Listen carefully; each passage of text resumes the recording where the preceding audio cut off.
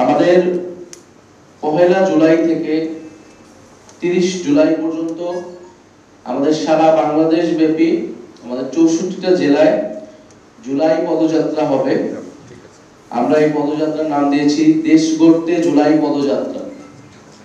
আমরা 1 জুলাই শহীদ আবু সাঈদের কবর জিয়ারতের মাধ্যমে এই পদযাত্রাটি শুরু হবে। এটি ক্রমান্বয়ে বাংলাদেশের 64টি জেলা প্রদক্ষিণ করবে। আমরা 64টি জেলায় যাব, আমরা শহীদ পরিবারদের কাছে যাব, শহীদের কবর জিয়ারত করব, আহত যোদ্ধাদের সাথে কথা বলবো এবং অভ্যুত্থানকারী এবং বাংলাদেশের সাধারণ ছাত্র জনতা যারা রয়েছেন তাদের সাথে কথা বলবো। তাদের যে আকাঙ্ক্ষা ছিল জুলাই নিয়ে, সেই আকাঙ্ক্ষার কথা আমরা শুনবো।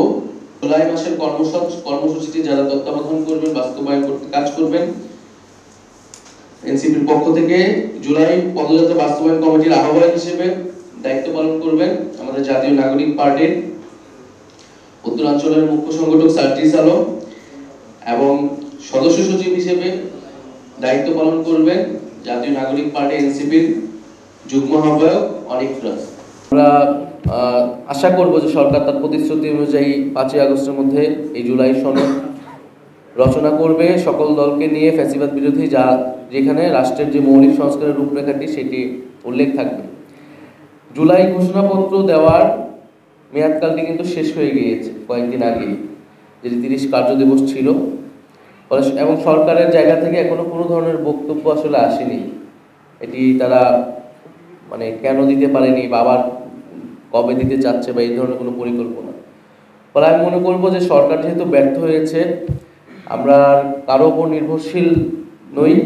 এই জুলাই ঘোষণাপত্রর দাবিটি আমাদের পক্ষ থেকে উঠেছিল, সেই সময় বৈষম্যবিরোধী ছাত্র আন্দোলন এবং জাতীয় নাগরিক কমিটির পক্ষ থেকে উঠেছিল।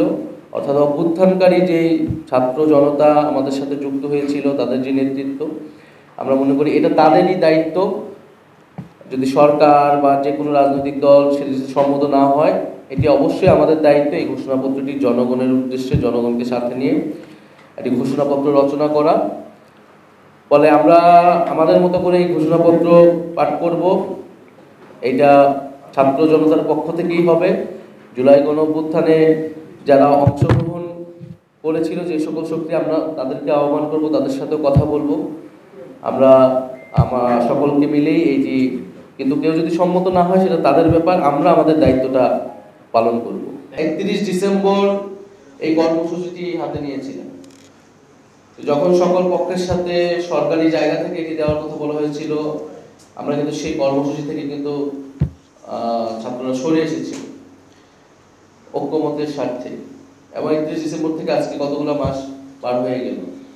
ফলে এটি অস্থিরতা কমবে না, বরং এটি যে জুলাইয়ের যে আকাঙ্ক্ষা ছিল, বরং এটি আমাদের যে শহীদ পরিবার, আহত এবং যারা আন্দোলন করেছিল তাদের মধ্যে অস্থিরতা তৈরি করেছে। সেই অস্থিরতা কমাবে। জুলাইকে একটা ঐতিহাসিক যে প্রেক্ষাপট, সেই প্রেক্ষাপটের সেই সম্মানটা, সেই লিপিবদ্ধটা আমরা সেই দেশে লিপিবদ্ধ করতে পারবো। এটা 1 বছরের মধ্যেই আসলে করা উচিত। ফলে আমরা আমাদের দায়িত্ব সেই লক্ষ্যে পালন করবো এবং এই ঘোষণাপত্র ইস্তিহার রচনার জন্য আমাদের সারা দেশে যাত্রা। আমরা জনতার দুয়ারে জুলাইকে নিয়ে যাব, তাদের বক্তব্য, তাদের প্রত্যাশা অনুযায়ী সেই ইস্তিহার এবং সেই ঘোষণাপত্র রচিত হবে। 5 আগস্ট মুক্তি দিবস উদযাপিত হওয়া উচিত। একটা মুক্তি ঘটেছিল মানুষের, ছাত্র জনতার। আর নতুন বাংলাদেশ দিবস বা ইত্যাদি, এটা নিয়ে আসলে আমাদের বিভিন্ন পর্যায়ের নেতৃবৃন্দ কথা বলেছে। সরকারের উচিত সেটা পুনর্বিবেচনা করা। আর জুলাই গণঅভ্যুত্থান তো আসলে সকলের। জুলাই গণঅভ্যুত্থানের ধারাবাহিকতা বা লেগেসি নিয়ে হয়তো সরকার গঠিত হয়েছে, জাতীয় নাগরিক পার্টি গঠিত হয়েছে, আরো অনেক সংগঠনও গঠিত হয়েছে। আসলে জনগণ বিচার করবে কে কতটুকু আসলে জুলাইয়ের আকাঙ্ক্ষা অনুযায়ী কাজ করতে পারছে। কিন্তু সরকার ব্যর্থ হতে পারে। সরকারের সাথে আসলে জুলাই গণঅভ্যুত্থানকে একাকার করে ফেলা উচিত।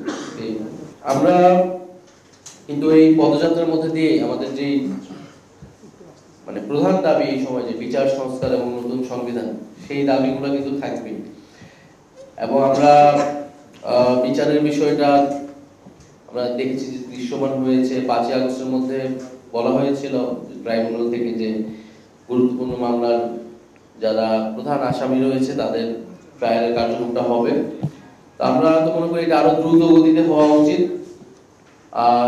এবং একই সাথে আবার বিচারের প্রক্রিয়া যাতে সুষ্ঠু হয় সেটিও নিশ্চিত করতে হবে।